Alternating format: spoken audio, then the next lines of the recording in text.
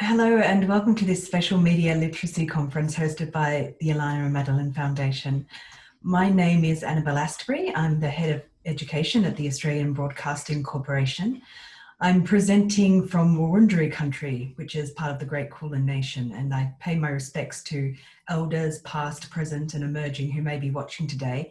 And I'd like to extend that acknowledgement and respect to all First Nations people who may be watching. Thank you too to the Alana and Madeline Foundation for extending this very kind invitation to me. I've been very interested and passionate about this topic for some time and have a few, well, I always seem to have more than a few words. I seem to have a lot of words to say on this topic, and why now is the time for us to be focusing on media literacy. It's my pleasure to be working with the leading advocates in the media literacy space in Australia, including the Alana and Madeline Foundation. Media literacy is certainly not new as a topic, but it continues to gain keen interest from all parts of society. And this is something that we've noticed since we've started producing a range of news literacy resources for the ABC Education Portal. And more recently, the Australian Media Literacy Alliance, of which I'm currently chair, has been helping to advocate for media literacy as essential for all. So why should we care about this now? And why do we need a national agenda for change? Well, media technologies in the 21st century have dramatically changed the way we interact with the world. Every day, 8 in 10 Australians use media technologies to live their lives through media, to receive and share news, to get and help advice, to conduct business and connect socially to learn. They use it to share ideas, create and form knowledge and opinions. However, their engagement increasingly demands sophisticated skills, knowledge and critical capacities. Additionally, the internet and its associated platforms have changed how society receives and shares information. News and information is now delivered through multiple channels, as we know, with multiple authors and consumers. It's produced and circulated across a rapidly evolving 24-hour cycle, often as events evolve, leaving little time to check sources, claims, or opinions. In times of conflict or during natural disasters or politically charged events, we experience an increase in the production and circulation of misinformation and disinformation, testing even the most sophisticated media literacy skills and those people who claim to have them. When we're talking about a definition of media literacy, we usually sort of refer to media literacy being the ability to create, use and share media, and to be able to critically reflect on that use and on that engagement. It's now recognised widely as a form of literacy that's essential for full participation in society. Despite the rapid growth in media technology uptake and use over the past 10 years, media literacy is not scaling at a rate to keep up with the sophisticated changes that are being made in production. This means that citizens have been left to learn on their own or face increasing levels of social, cultural and economic exclusion or threats to their livelihoods. The Australian curriculum, which we know is now going under a review, is still, though, one of the few international curriculum policies that includes media literacy as a goal. However, media literacy in education in Australian schools has been offered in often an ad hoc and disparate way. Whilst current national curriculum kind of includes the capacity for media literacy through the media arts curriculum, and certainly through the English curriculum, we know that research highlights that the quality and delivery of this media literacy education is neither consistent nor effective. And as I said at the top of this presentation, Australia now has a national organisation that's tasked with advocating and leading media literacy education for all Australians, and that is through the Australian Media Literacy Alliance, which is a newly created independent structure seeking to support a national expert network of organisations at the forefront of media literacy education and advocacy at all levels. The Alliance, which we use the acronym AMLA, brings together key public institutions to tackle the challenges of media literacy education as a national priority. I'm just going to share my screen with you all to tell you about the foundational members of this alliance and share a few websites with you. So just one moment. Hopefully you can see this. So this is the AMLA website, which is at medialiteracy.org.au. And in it, we have several sort of sections that are going to be useful to you as educators and advocates and proponents of media literacy education. And first and foremost, I think, is this media literacy framework, which has been put together by the foundational members and provides a framework for media literacy, outlining sort of 10 media literacy learning outcomes and the key concepts which frame that scope of learning. You can download that as a PDF or as a poster for your classroom, which is kind of helpful to sort of, use as a focal point for why you're teaching media literacy in the first place. We also have an outline of our national agenda for change, and links to our latest research that has been conducted. But I also encourage you to also go to two of our key partners in the AMLA, in the Australian Media Literacy Alliance, are the Queensland University of Technology and the University of Western Sydney, who really do have in Dr. Tanya Notley and Dr. Michael Detswani, Dr. Sora Park, some of the foremost and preeminent researchers in Australia around media literacy education. So I encourage you to go and have a look at the website.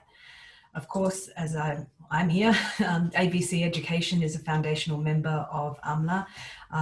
We've been looking at the media literacy space since about 2018 and have tried to get the UNESCO Media Literacy Week, which is usually held around the last week of October each year, to get people involved in that. And it's been really great to see that week evolve and sort of gain popularity across Australia and have more organisations involved in Media Literacy Week. We've got several resources there, video resources, interactive resources, and some teaching resources as well. If you don't already know it, the National Film and Sound Archive, another foundational member, this is really, if you don't know this site, you really should be bookmarking it now. It is just such a testament to the audio-visual history of our nation. And if you go to the learning section of their site, you will find access to educational resources and some information about their educational programs, which includes Media and Me, which is a program around media literacy. There is also the Australian Library and Information Association and the National and State Libraries Australia, which is the peak body for Australia's national, state and territory libraries. Librarians, libraries are going to be crucial into the conversations around media literacy and helping educate the community. They certainly, you would know as educators, as teachers in classrooms, that the teacher librarian is often the focal point for going to get information, correct information from, to help you with your teaching and learning programs. And also the Museum of Australian Democracy at Old Parliament House has an amazing collection of learning resources, not only around media literacy, but also around civics and citizenship and, of course, Australian history.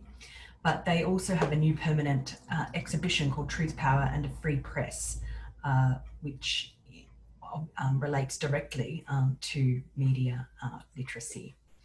And not forgetting our partners, at the Queensland University of Technology and the University of Western Sydney at the Institute for Culture and Society. And that is, if you follow me on social media, you can connect with the Australian Media Literacy Alliance, but Dr.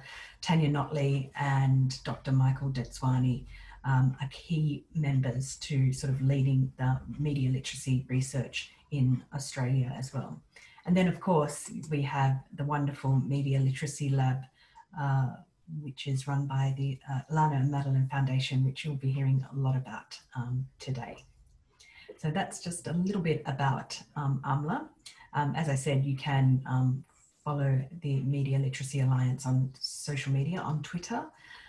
And if you feel like following me on social media via Twitter, I do have a lot of links at the top of my Twitter stream to media literacy resources.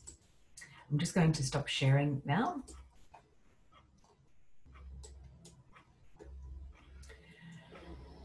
So I guess after sort of looking at the Media Literacy Alliance, I think I have to return inevitably to, you know, why is there a case for a national approach to media literacy education for all citizens? Well, around the world, the dissemination of fake news has interfered with elections, disaster management, the justice system, and human rights. The Australian bushfires of the 2020 summer and the COVID-19 global pandemic, which followed, were accompanied by significant examples of misinformation and disinformation, particularly on social media platforms. And both of these crises demonstrated the repercussions of misinformation and disinformation when presented as news, and highlighted how vital, high quality and accurate news media are to our individual and collective health, well-being and safety. Media literacy education and advocacy has to be a critical role to inform debate and policy to thwart misinformation and biased communication.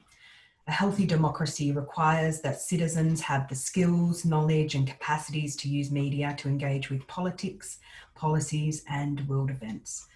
It also requires that citizens can recognise when information is misleading or deliberately deceptive. In addition, media production skills are now critical for full participation in society, whether that's for work, strengthening your family and social relationships, advancing health and education goals. Given these things, an ongoing, comprehensive and coherent national strategy for media literacy in Australia is required. This must not entail a quick fix or involving sort of scattered, one-off and fragmented projects. Most advanced economies now have a national policy and strategy and framework for media literacy, and the time for Australia is now too. National approaches support media literacy educators and organisations to work together in a coherent way while allowing for benchmarking over time, which in turn enables an evidence-based approach. And this is why it's critical that Australia moves in this direction. As I said, please connect with AMLA on social media, on Twitter, which is at AUS_media_lit, or if you just look at the AMLA website, medialiteracy.org.au, you will find links to our social media there. And that's a really great way to sort of keep up to date with what's happening in media literacy, not only in Australia, but around the world. I hope you enjoy the rest of the sessions with the amazing lineup that Katie and her team have organised, and I hope you enjoy the rest of the day. Okay, thank you. Bye.